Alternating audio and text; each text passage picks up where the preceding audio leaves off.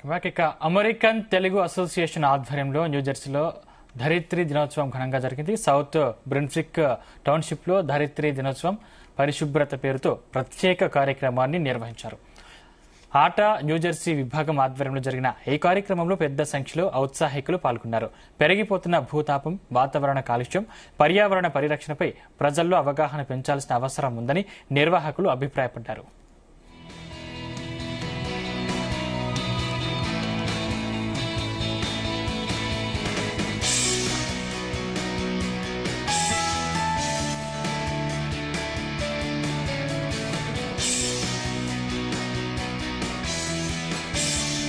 ఈ రోజు మేము ఆటా తరపున ఈ సౌత్ బ్రన్స్విక్ టౌన్షిప్ లో లెటర్ క్లీనప్ ప్రోగ్రామ్ చేశాము.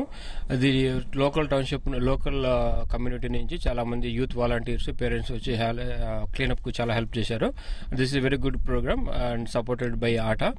And thanking you ATA senior leadership, especially president Jayanth Chella garu and Satish, president elect Satish గారు.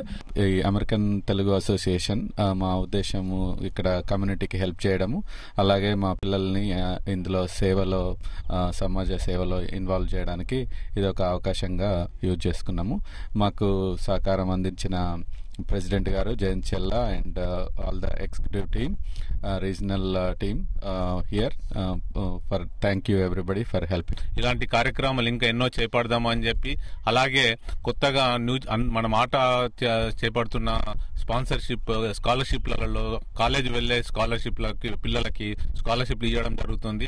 ఆ రకంగా ప్రతి విద్యార్థికి $1000 స్కాలర్షిప్ ఆటా ద్వారా ప్రతి సంవత్సరం అందిస్తున్నాము. ఈ సంవత్సరం మేము కొత్తగా న్యూజెర్సీలో ఒక 5 స్కాలర్షిప్స్ ఓన్లీ న్యూజెర్సీ పట్టణంలో ఉన్న వాళ్ళకే ఒక 5 స్కాలర్షిప్లు ఇవ్వాలని కూడా నిర్ణయించడం జరిగింది.